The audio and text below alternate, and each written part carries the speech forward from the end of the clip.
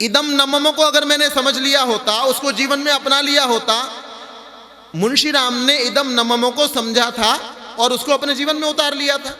दयानंद ने, मूल शंकर ने इदम न मम को समझा था, अपने जीवन में उतार लिया था। लेखराम ने समझा था, अपने जीवन में उतार लिया था। इसलिए मैं और आप अपने दादा परदादा को नहीं जानते शायद उतना जितना दयानंद के बारे में जानते हैं। तो दुनिया भर के दोषों को देखने का लाभ क्या है? अपने दोष को मैं देखूं और उसका परिमार्जन करने का प्रयास करूं, ये हो जाए, उसके बाद मैं सोचूं कि जी मैं बाहर के दोषों को भी दूर करूं। तो इदम न मम को मुझे समझना है और इसको मुझे अपने जीवन के अंदर उतारना है। एक महात्मा सौराष्ट्र के अंदर एक धनी व्यक्ति के घर के अंदर प्रवेश कर गए और वो जो है बड़ा, जो धनी व्यक्ति था उनको पहले से जानता था, नहीं तो नए आदमी को तो कोई अंदर भी नहीं आने देता, पहले से जानता था। वो चले गए अंदर। चले गए तो जाते ही महात्मा को प्यास लगी हुई थी, लेकिन उन्होंने सोचा भाई गृहस्थी है और मुझे जानता है तो जाकर के पानी तो पिलाएगा ही, तो मैं क्यों कहूँ जी पानी पिला दो, तो पानी मिलेगा ही। लेकिन महात्मा ने अंदर आते ही कहने लगे आओ पहले मैं आपको अपना घर दिखा देता हूँ। अब इनको प्यास लगी हुई है, किसी को अपनी समस्या हो उसको दूसरे का घर से क्या मतलब, ये तो प्यास लगी है, सांस किसी का रोक लो, पानी किसी को ना मिला हो, पहले तो पानी चाहिए, बाद की बात बाद में है। कह लगे नहीं आपको मैं अपना घर दिखाता हूँ, पानी की कोई बात नहीं। इसने कहा भाई अच्छा, अच्छे आए यहाँ पे, पानी नहीं मिला, अभी फिर और घूमो, अभी घूम करके ही तो आ रहा हूँ। कह लगे जी आपको घर दिखाता हूँ। अच्छा, हमारे घर में कोई महात्मा आ जाए, कोई विद्वान आ जाए, आचार्य अमृता जी आ जाएं, आचार्य उषा जी आ जाएं, तो हमको उनके साथ क्या व्यवहार करना चाहिए, क्या बातचीत करनी चाहिए? भाई ये पूछना चाहिए मेरी उपासना के अंदर यहाँ यहाँ कमी आ रही है, आप बताइए इसमें और मुझे क्या करना चाहिए। मैंने ये स्वाध्याय किया है, ये समझ में नहीं आ रहा, आप समझा दो मुझे। या बहन जी आप मुझे वो भजन की कड़ी जो है ना वो सुना दो, आप भजन वो बहुत अच्छा गाती हैं। तो बात तो हमको ये करनी चाहिए, लेकिन हमने क्या बात करनी आरंभ की? हमने कहा जी हमारा घर देखो जी, आओ। चलो जी घर दिखाया, अच्छा बहुत बढ़िया, अच्छा घर था। लेकिन महात्मा ने प्रशंसा नहीं की, क्योंकि उनको तो प्यास लगी हुई थी। कैसा आदमी, उनको तो अंदर ये चल रहा है पानी नहीं पिलाया भाई इसने। तो खैर घर पूरा देख लिया और फिर बैठे, फिर भी पानी नहीं आया। इन्होंने भी कहा देखता हूं भाई कितनी देर में पानी पिलाता है, आज यही देखते हैं। कोई बात नहीं, कुछ नहीं होता, कोई नहीं मरेंगे इसमें। बैठ गए। कह लगे महात्मा जी मेरा एक ही घर थोड़ी है। कह लगे अच्छा बहुत बढ़िया है तो, कि मेरे तो बहुत सारे घर हैं। कि बहुत सारे हैं? कि वो कहाँ है जी? कि मेरे बेटों के पास हैं जी, मेरे 4 बेटे हैं और इसी नगर के अंदर रहते हैं, चारों के पास ऐसा बढ़िया बिल्कुल आलीशान मकान है। महात्मा जी ने एक अक्षर प्रशंसा नहीं की। वो सोच रहा है कि ये कैसा व्यक्ति है, पानी नहीं पिला रहा, और ये सोच रहे हैं कि महात्मा कैसा है, एक अक्षर प्रशंसा का नहीं निकल रहा है इसके मुंह से, कि इतना ही कहते जी आपने मेहनत की है, आपने कुछ किया है तो परमेश्वर ने आपको कुछ दिया है। वो एक अक्षर प्रशंसा नहीं कर रहे, ये एक अक्षर पानी का नहीं पूछ रहा है। फिर जी हमारे खाली मकान ही मकान नहीं है जी, फिर क्या है जी? फिर कह लेगी जी हमारी 5 फैक्ट्रियां हैं अलग अलग। मेरे पास नट बोल्ट की फैक्ट्री है, बड़े बेटे के पास प्लाईवुड की फैक्ट्री है, तीसरे के पास इसकी उसकी उसकी 5 फैक्ट्रियां हैं। महात्मा ने कोई प्रशंसा नहीं की। उसके बाद फिर कहने लगे कि हम सबके पास परिवार में जितने सदस्य हैं ना, चाहे 2 साल का बच्चा है, चाहे 15 साल का है, चाहे 20 साल का है, सबके पास अपनी अपनी गाड़ी है और उनका ड्राइवर है, सबके पास। कहेगा अच्छा जी। अब वो सुनते रहे लेकिन प्रशंसा नहीं की। अब महात्मा जी ने देखा कि भाई इसके पास इदम मम बहुत सारा है, भाई ये मेरा, ये मेरा, ये मेरा, वो गाड़ी मेरी, वो फैक्ट्री मेरी। तो वहाँ एक बच्चा जो है 5वीं 6ठी क्लास का जो लग रहा था, वो गुजर रहा था। तो उसको महात्मा जी ने आवाज, बेटे जरा इधर आना। कि हाँ जी। क्या करते हो बेटे? जी मैं पढ़ाई करता हूँ। पढ़ाई करता है तो क्या क्या पढ़ता है? मैं इंग्लिश पढ़ता हूँ, सबसे पहले इंग्लिश पढ़ता हूँ, फिर हिंदी पढ़ता हूँ, भूगोल पढ़ता हूँ, इतिहास पढ़ता हूँ, चित्रकला। कह लगे इतिहास पढ़ता है? हाँ जी पढ़ता हूँ। कह लगे तो फिर मैप भरता है, तो नक्शे को भरता है? कि हाँ जी भरता हूँ। तो एक नक्शा लेकर के आ, विश्व का मानचित्र जो है ना वो होगा तेरे पास, लेकर के आ उसको। क्या अभी लेकर आया? तो लेके आ गया। कह लगे बेटे इसके अंदर ये दिखा कि ये तेरा जो देश है भारत, ये कहाँ पर है विश्व के मानचित्र में? बच्चे ने दिखा दिया जी ये भारत का नक्शा है जी। कह लगा इसके अंदर ये दिखाओ कि इसके अंदर गुजरात कहाँ है? कह लगे गुजरात कहाँ से मिलेगा जी, इतने विश्व के अंदर गुजरात तो छोटा सा रह जाएगा। नहीं, तुम समझदार हो, किसी से काम लेना हो तो उसकी प्रशंसा करनी चाहिए। तो महात्मा ने कहा कि तुम बड़े समझदार हो, दिखाओगे तो मिल जाएगा, कोशिश करो। तो गुजरात दिखाया जी, ये गुजरात है छोटा सा। अब कहने लगे इस गुजरात के अंदर जो है अहमदाबाद है, अहमदाबाद दिखा कहाँ पर है। कह ले वो कैसे मिलेगा इतना छोटा सा, क्या मिल जाएगा, तू बड़ा समझदार है। तो बच्चे ने पेंसिल की नोक एक जगह पर टिका दी और टिका करके कहने लगा कि महात्मा जी मेरे हिसाब से इस पेंसिल की नोक के नीचे जो है वो अहमदाबाद होना चाहिए। अब महात्मा जी कहने लगे बेटे इस अहमदाबाद शहर के अंदर तेरे दादाजी के, तेरे ताऊ जी के, चाचा जी की कुछ फैक्ट्रियां हैं और कुछ मकान हैं, कुछ गाड़ियां भी हैं तुम्हारी, तो वो दिखा कहाँ पर है। तो बच्चे ने कहा ये महात्मा जो है ना ये तो पागल ही था, मैं तो गलत आ गया इसके पास, पेंसिल फेंक करके वो भाग गया। तो मतलब क्या है कि परमेश्वर के साम्राज्य के सामने मेरे पास बहुत थोड़ा है और वो बहुत कम समय के लिए है। स्वामी सत्यपति जी इस बात को लिखते हैं, वो कहते हैं कि एक व्यक्ति, एक मिडिल क्लास का जो व्यक्ति होता है 20 साल के परिश्रम में इतना धन अर्जित करता है कि वो एक मकान बना सके। आजकल तो लोन ले लेते हैं इसलिए बैंक डूबे पड़े हैं सारे के सारे, लेकिन पहले क्या हुआ करता था, 20 साल के परिश्रम में धन इकट्ठा करता है, किस लिए कि मकान बनाऊंगा।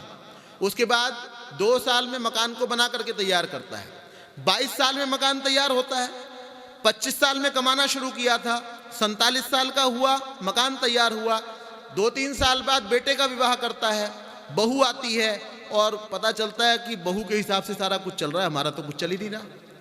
हम सोच रहे थे इस कमरे में हम रहेंगे, बहू ने कहा नहीं इस पे तो मेरा अधिकार है, वहां पर भी अपना सामान रख रखा है, वहां भी सामान रखा हुआ है। और वो कहते हैं कि एक किराएदार 22 साल के परिश्रम के बाद आकर के बैठता है और वो कब्जा करके बैठ जाता है। तो मैं जिसको अपना कहता हूं वो भी मेरा बहुत थोड़े समय के लिए होता है, इसलिए मुझे इस बात को समझना है कि ये संसार के पदार्थ मेरे नहीं है।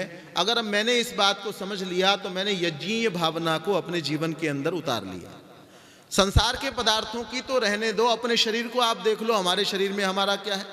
मॉरिशस के अंदर एक अभिमानी व्यक्ति था और उसकी पलक झपकना बंद हो गई। हमारी आंख हम जितने जब चाहे बंद कर लें, जब चाहे खोल लें। क्या हमने कभी सोचा इस बारे में कि ये जो मेरी पलक झपक रही है बड़े आराम से, ऊपर कर लेता हूँ, नीचे कर लेता हूँ, इधर करता हूँ, आंख इधर कर लेता हूँ, ये कोई परमेश्वर ने बड़ी कृपा कर रखी है? हमने कभी सोचा? आंख नाक कान को कोई सोच भी ले हाँ भाई मेरे को आंख मिली है, लेकिन पलक झपकने को कोई सोचता है क्या कि मैं पलक को नीचे कर रहा हूँ, ऊपर कर रहा हूँ, ये कोई बड़े परमेश्वर की कृपा है? उसकी, मॉरिशस के व्यक्ति की पलक झपकना बंद हो गई, आंख ऐसे नीचे ही आ गई। जब उसको देखना होता था तो ऐसे करके देखता था, ऐसे उठा करके देखे, छोड़े तो फिर नीचे। यहाँ पर 10 प्रकार के प्राण जो हैं वो शरीर में काम करते हैं, रवि शास्त्री जी बहुत बेहतर जानते हैं उसको। और उसकी पलक झपकना बंद हो गई, प्राण ने काम करना बंद किया, तो अब आंख ऐसी की ऐसी रह गई। दुनिया भर के ENT स्पेशलिस्ट के पास घूम आया, संपन्न व्यक्ति था, पैसे का अभिमान साथ में, ये भी मेरा वो भी मेरा। दुनिया भर के ENT स्पेशलिस्ट के पास होकर के आ गया, पलक जो है वो ऐसी की ऐसी है। तो हम अभिमान करते हैं कि ये मेरा वो मेरा। एक अयोध्या प्रसाद उपाध्याय हरिओम हुए हैं, उन्होंने ये लिखा है, वो कहते हैं कि मैं मुंडेरे पर खड़ा अकड़ा हुआ, मैं अपने घर की छत पर खड़ा हुआ था और छत पर खड़ा हुआ बड़ा अकड़ रहा था कि मेरा मकान देखो बाकियों के मकान से बड़ा ऊंचा मकान है, फिर बड़ा सुंदर मकान है मेरा, और इसके अंदर जो टूटियां लगी हुई हैं वो जैगवार की और जैकवार की कौन सी होती हैं वो लगी हुई हैं। तो ये विचार कर रहा था, बड़ा अकड़ा हुआ, कह रहे मैं खड़ा हुआ था और खड़ा हुआ था तो दूर से उड़ता हुआ कोई एक तिनका मेरी आंख में आकर के गिर गया। और उस अकेले तिनके ने, छोटे से तिनके ने, किसी ने मेरा मकान नहीं छीना था, किसी ने मेरे को लाठी से नहीं मारा था, किसी ने गोली नहीं मारी थी, किसी ने चाकू नहीं दिखाया था, एक तिनका आकर के मेरी आंख में गिर गया और उसके कारण इतना बेचैन हो गया, बड़ा परेशान मैं हो गया। बड़ा परेशान हुआ, आसपास के कई लोगों को इकट्ठा कर लिया, अरे भाई मैं परेशान हो गया, मुझे ठीक करो, एक तिनका मेरे से नहीं संभल रहा। और उन्होंने बड़ी मुश्किल से कपड़े की मूठ दे करके मेरा तिनका निकाल दिया और निकालने के बाद मेरी ही समझ, मेरी बुद्धिमत्ता मुझे ताने देने लगी कि ऐंठता तू किस लिए इतना रहा, किस बात के लिए ऐंठ रहा था। एक तिनका है बहुत तेरे लिए, तेरे को तो ठीक करने के लिए एक तिनका ही काफ़ी है। तो मुझे अभिमान नहीं करना चाहिए। ये इदम न मम हमको ये बताता है, इस बात को मुझे समझना चाहिए। इदम मम करना है तो ज़्यादा से ज़्यादा जो मेरा पदार्थ है उसके लिए मेरा करो। एक माता जी की 4 बहुएं थी, जेठानी और देवरानी है। 3 जेठानी 3 देवरानी है, और एक केवल जेठानी और एक केवल देवरानी। तो 4 बहुएं थी। माता जी ने अपने सिर के पास में एक ट्रंक रखा हुआ था, और उस ट्रंक को वो किसी को हाथ नहीं लगाने देती थी। एक दिन उन्होंने, माता जी बूढ़ी थी और किसी की हिम्मत नहीं थी ट्रंक के पास भी चला जाए, उसके पास सफाई करने में नहीं जाने देती थी। तो एक दिन उन्होंने जेठानी को बुलाया और कहने लगी, बेटा इस ट्रंक को खोल। अब किसी चीज को हमने बहुत समय से ना छुआ हो तो कोई कह भी दे भाई ये काम कर, तो डर लगता है। तो वो कहने लगी, नहीं माता जी इसको तो आप ही देख लेना, मैं क्या करूंगी।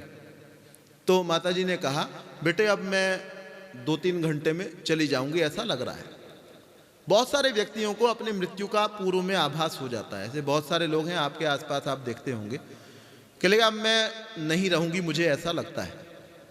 तो तू ऐसा कर, इसको खोल ले। खोल लिया। खोला तो फिर एक गठड़ी थी उसमें, कह लगे इसको खोला तो उसमें सोने के बहुत सारे गहने थे।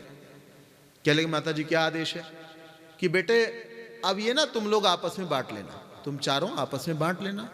ये मैंने इसलिए रखा हुआ था, तुम्हारी आजकल इनकम कम है, कमाई तो तुम्हारी कम है, क्रेडिट कार्ड से खर्चे ज्यादा किया करते हो, उधार, दाल रोटी भी उधार ले आते हैं, मकान दुकान तो चलो जो करते हैं तो करते हैं, दाल रोटी भी उधार चल रही है।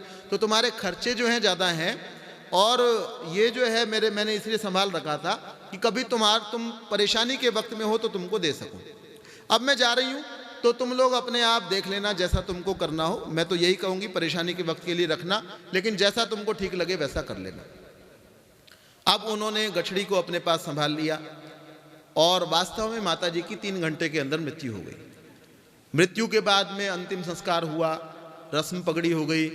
उसके बाद में सब लोग परिवार के इकट्ठे बैठे हुए थे, और उस समय जेठानी जी मानी थी जिनको सोना वो दिया गया था, वो उन्होंने उसको अकेले में खोल करके देखा तो 4 गहने जो हैं उनको बहुत अच्छे चमकदार दिखाई दिए। तो उन्होंने 4 गहनों को अलग निकाल करके रख लिया, और निकाल करके रखा।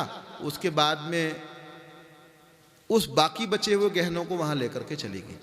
कह लगी माता जी जाते हुए, रोते धोते हुए कह रही हैं इस बात को, माता जी जाते हुए ये छोड़ करके गई थी और कह करके गई थी कि ये जो पदार्थ है ना, ये सोना जो है आपस में तुम लोग बांट लेना। तो अब इन्होंने क्या किया, जो पदार्थ उनका नहीं था जेठानी का, वो पदार्थ अपना कर लिया। इदम मम। ऐसा व्यवहार यदि मैं प्रातःकाल यज्ञ करता हूँ, यज्ञ के भाव को समझता हूँ, तो मेरा व्यवहार जो है इस प्रकार का नहीं होना चाहिए। समय है जी? और हाँ जी, तो थोड़ा सा जैसा समय अभी मिला था उसके अनुसार इदम न मम पर थोड़ी सी बात करने का प्रयास किया।